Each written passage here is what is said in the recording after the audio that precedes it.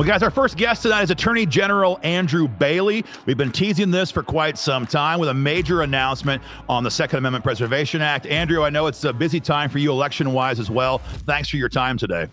Yeah, Aaron, thanks for having me on. We're at a critical juncture in this state and this nation's history, and defending legislative enactments that our General Assembly has passed and our governor signed into law is critical to the role of the Attorney General's office. So big issue, as everyone knows in the audience right now, here in Missouri has been the Second Amendment Preservation Act for the last couple of years. We passed this back in 2021. Your office has been fighting to defend this for, I guess, a year and a half or more now, as long as you've been in the office, to defend SAPA law. And it's a really critical issue for a lot of reasons. Second Amendment, 10th Amendment. Recently, the 8th Circuit struck down Missouri's SAPA law. And the question everyone is asking you, and they're asking me to ask you, is what's going to happen next? So what is the plan on this? Well, Aaron, I'm proud to announce we're going to appeal, and we're going to appeal to the highest court in the land. We're taking this case all the way to the United States Supreme Court. These are critical constitutional law issues that need to be resolved by the Supreme Court. I read the 8th Circuit panel's opinion as tortured legal reasoning that doesn't make sense. And so it's important to get clarity from the highest court in the land. And I'm confident in our ultimate success on the merits of this case. That's huge. We're so happy to hear that, because, again, if we don't deal with this at a certain level, if the feds can tell the state you're going to enforce this federal regulation or this federal order, let alone federal law, there gets to be a point where it's like, why have a state attorney general? In fact, why have a state general assembly at all? Let's just all live under the fiefdom of whoever is in the White House at the moment. We have got to address this issue. So the appeal is being made to the Supreme Court. I want to ask you, people have been asking me this question, why not make the appeal en banc to the 8th Circuit? For those who aren't aware of this, we had a 3-judge panel that struck down SAPA. I guess you've got the option to ask the entire 8th Circuit to review the case. What's your thoughts on that? Yeah, en banc review is very narrow, and it doesn't necessarily provide the correct vehicle to adjudicate broader questions. And I would also say there's a lot of collegial pressure at the 8th Circuit or in any circuit court of appeals, where you're asking all the judges to reverse what 3 of their colleagues did. Right. That's not a higher court reversing a lower court. Those are colleagues disparaging other colleagues' work product. That's unlikely to be successful. It's narrow anyway. There's a bigger question here, Aaron, and I think you nailed it. Do states matter? Do states have any relevance under our constitutional federal republic, democratic republic? I say that they do. That's why we have the 10th Amendment. States are, entities of unlimited authority, limited only by the federal government. The federal government, by the Constitution. The federal government itself is a government of limited authority. And so that's why so many of those issues are tied up in this case. As you said, it's as much about the 10th Amendment as it is the Second Amendment. And so we've got to get that broader question up to the United States Supreme Court, a higher court, and get a broader level of review from a higher court. I think for the last couple of years, we've seen a tremendous, political migration in this country. People leaving blue states to come to red states like Missouri, coming from Illinois, coming to get out of these blue states. And you're right. If we don't, they're coming for freedom. And so if these blue states, if the red states can be just dictated to by the feds, that at a certain point, it just doesn't matter, and we cannot ever let that happen. I want to ask you specifically, why, in your opinion, did the court strike down SAPA law? I've read the opinion. I got it all marked. I have questions to ask you about this, but I'm a layman. You're the Attorney General of Missouri. What was their rationale, whether you agree or not with it? What was their statement on this? Well, I absolutely disagree with their tortured legal reasoning. And you'll notice how brief the opinion is. It's very short compared to other, constitutional dissertations. And I would say that there's really 2 issues that bear mentioning and discussion. The first one is standing, and the second one is the supremacy clause. And standing is important. Article 3 of the United States Constitution says that the federal judiciary is a judiciary of limited authority, and that they can only hear cases and controversies. The federal courts can only hear cases and controversies. That means a person bringing a suit, a plaintiff, has to show a concrete injury traceable to the act of the defendant, and that the court can redress that grievance or fix that wrong, remedy that harm. That gets used against the states all the time. We have more than 50 lawsuits pending against the Biden-Harris administration's illegal, unconstitutional behavior, and we get smacked for standing all the time that, hey, this is a problem, this is illegal, but the state can't show how Missouri itself as a broad entity is harmed. Well, the same thing is true here.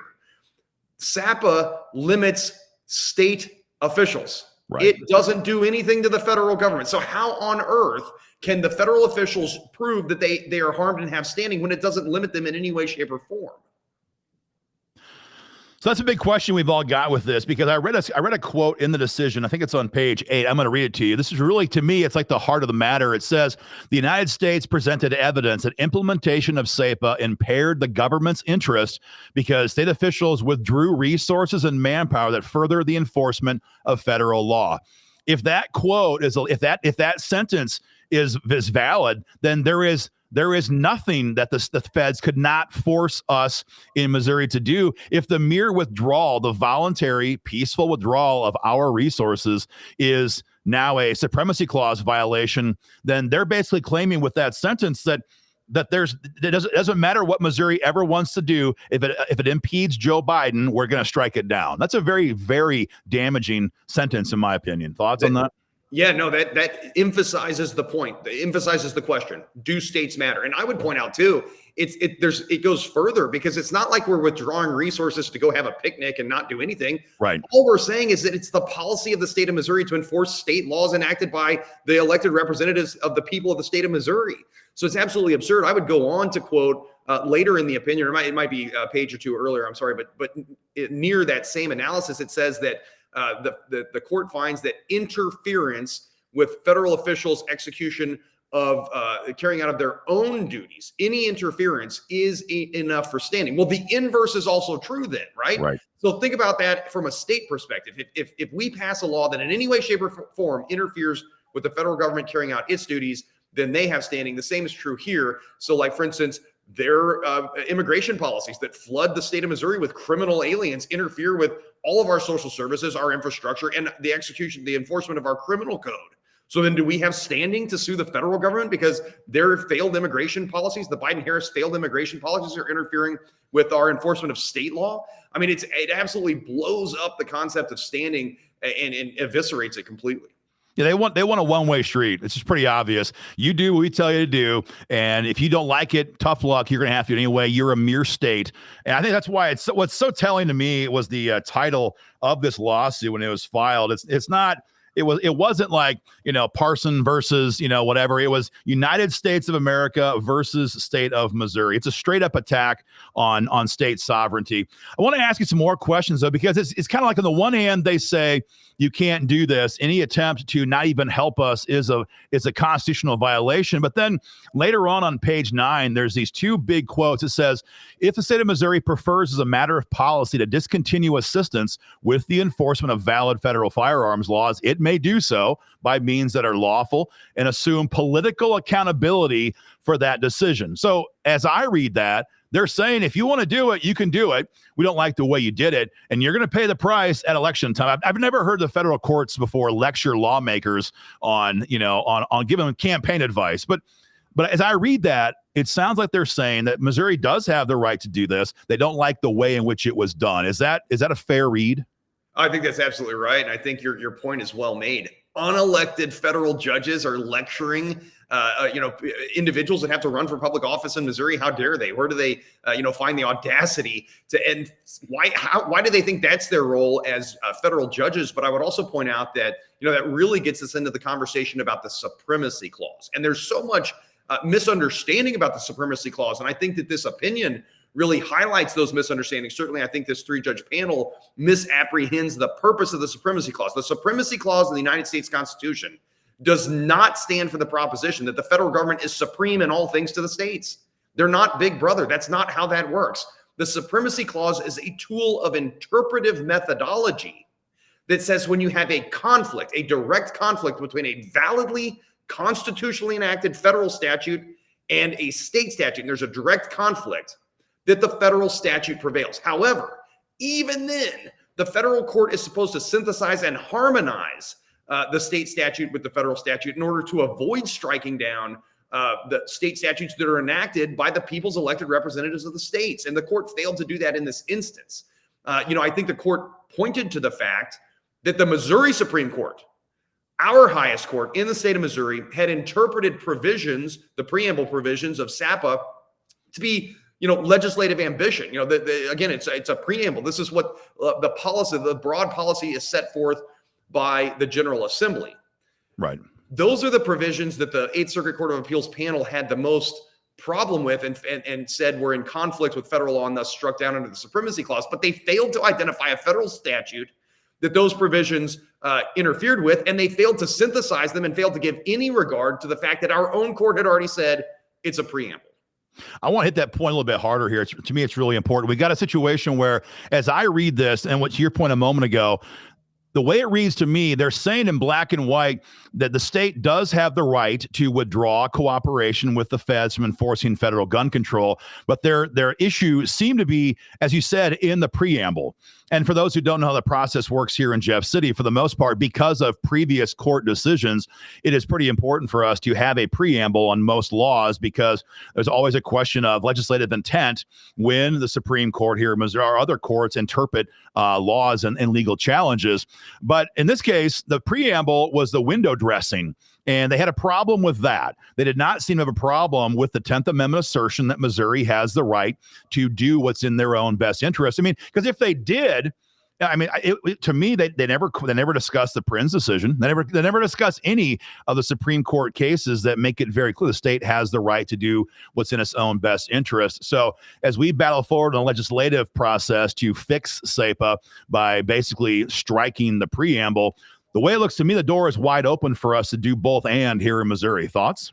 Yeah, I totally agree. I think the Eighth Circuit Court of Appeals set out a clear blueprint and has already put their imprimatur on the fact that if you just cut the preamble, the rest of the bill would survive, which leads me to my next question, is why the federal court didn't just sever. If they had such a problem with the preamble, just sever the preamble from the rest of it and let the rest of it stand. I think that the court, again, is failing to give any kind of deference to the states and state lawmakers by refusing to sever the parts they find most pernicious. But regardless, they've clearly laid out a blueprint for a way to accomplish exactly what SAPA wanted to accomplish. Look, I don't fault the General Assembly or the drafters for including a preamble. I think you're right in the sense that you've got to include some kind of legislative intent to lay out a broad policy position, and also to defend statutes like that against equal protection claims, because you've got to show a compelling state interest. Well, those preambles set out what the state interest is, instead of federal courts using their own subjective determinations to insert those policy preferences. And so, look, I mean, I do not concede that there was any kind of drafting error, and the federal court should have just severed it if they had a problem with it. But even if we end up, on the wrong side of this thing at the Supreme Court, which I don't think we will, but even if that were to happen, the General Assembly has a clear path forward to accomplish exactly the intent of SAPA.